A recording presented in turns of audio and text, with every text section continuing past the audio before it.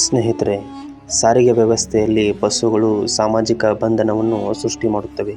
ಯಾವುದೇ ಪರಿಚಯವಿಲ್ಲದ ವ್ಯಕ್ತಿಗಳು ಸ್ನೇಹ ಸಂಬಂಧ ಭಾವನೆಯನ್ನು ತೋರುವುದು ನಾವು ಸಾಮಾನ್ಯವಾಗಿ ಬಸ್ಸಿನಲ್ಲಿ ನೋಡುತ್ತೇವೆ.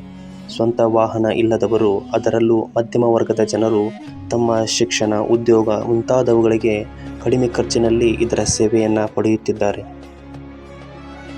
4 ಕಾರುಗಳು ನಿಲ್ಲುವ ಜಾಗದಲ್ಲಿ ಒಂದು ಬಸ್ಸು ನಿಂತರೆ ಸಂಚಾರ ದಟ್ಟಣೆ ಕಡಿಮೆಯಾಗುತ್ತದೆ. ಇಷ್ಟೊಂದು ಸೌಲಭ್ಯಗಳು ಅಗತ್ಯವಿರುವ ಈ ಬಸ್ಸು KSRTC ಬಗ್ಗೆ ಈ ವಿಡಿಯೋದಲ್ಲಿ ನೋಡ್ತಾ ಬರೋಣ. ಅದಕ್ಕೂ ಮುನ್ನ ಚಾನಲ್ನ ಸಬ್ಸ್ಕ್ರೈಬ್ ಮಾಡಿಕೊಂಡು ಬೆಲ್ಲೈಕನ್ನ ಒತ್ತಿ. ಸ್ನೇಹಿತರೆ, KSRTC ಎಂದರೆ ಕರ್ನಾಟಕ ರಸ್ತೆ ಸಾರಿಗೆ ನಿಗಮ. ಕರ್ನಾಟಕದ ಕೋಟ್ಯಾಂತರ ಜನ ಪ್ರತಿದಿನ ಒಂದು ಊರಿನಿಂದ ಮತ್ತೊಂದು ಊರಿಗೆ ಹೋಗಲು ಬಳಸುವ ಸಾರಿಗೆ ವ್ಯವಸ್ಥೆ ಇದಾಗಿದೆ. ಅಂದಿನ ಮೈಸೂರು ರಾಜ್ಯ ಸರ್ಕಾರ ಜನರಿಗೆ ಸಮರ್ಪಕವಾಗಿ ಸಾರಿಗೆ ವ್ಯವಸ್ಥೆಯನ್ನು ಒದಗಿಸಲು MGRTDಯನ್ನು 120 ಬಸ್ಸುಗಳೊಂದಿಗೆ 1948ರಂದು ಉದ್ಘಾಟಿಸಲಾಯಿತು. ಇದು 1961ರವರೆಗೆ ಮೈಸೂರು ರಾಜ್ಯ ಸರ್ಕಾರದ ಸಾರಿಗೆ ಇಲಾಖೆ ಅಡಿಯಲ್ಲಿ ಕಾರ್ಯನಿರ್ವಹಿಸುತ್ತದೆ. ನಂತರ 1961ರಲ್ಲಿ ರಸ್ತೆ ಸಾರಿಗೆ ನಿಗಮ ಕಾಯ್ದೆ 1950ರ ಪ್ರಕಾರ ಸ್ವತಂತ್ರ ನಿಗಮವಾಗಿ ಬದಲಾಗುತ್ತದೆ. 1961ರ ನಂತರ MGRTDಯ ಎಲ್ಲ ಆಸ್ತಿಗಳು ಹಾಗೂ ಹೊಣೆಗಾರಿಕೆಗಳು ಮೈಸೂರು ರಾಜ್ಯ ರಸ್ತೆ ಸಾರಿಗೆ ನಿಗಮಕ್ಕೆ ವರ್ಗಾವಣೆಯಾಗುತ್ತದೆ.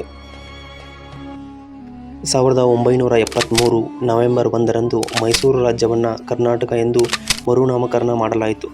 ಅದರ ಜೊತೆಗೆ MGRTDಯಿಂದ KSRTCಯಾಗಿ ಮರುನಾಮಕರಣಗೊಳ್ಳುತ್ತದೆ. 1997ರಲ್ಲಿ KSRTCಯನ್ನು BMTCಯಾಗಿ ವಿಂಗಡಿಸಲಾಯಿತು.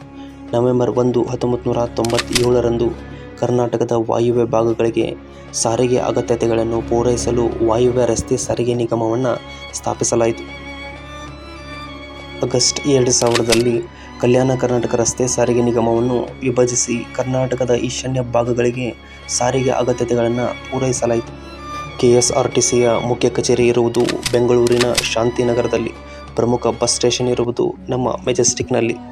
ಇದು 17 ಡಿವಿಷನ್ಗಳನ್ನು ಹೊಂದಿದ್ದು 178 ಬಸ್ ಸ್ಟಾಪ್ಗಳನ್ನು ಹೊಂದಿದೆ. ಇನ್ನು 8,000ಕ್ಕೂ ಅಧಿಕ ಬಸ್ಸುಗಳು ಕಾರ್ಯನಿರ್ವಹಿಸುತ್ತಿವೆ. ಪ್ರತಿದಿನ 29 ಲಕ್ಷ ಕಿಲೋಮೀಟರ್ನಷ್ಟು ದೂರ ಪ್ರಯಾಣಿಸುತ್ತವೆ.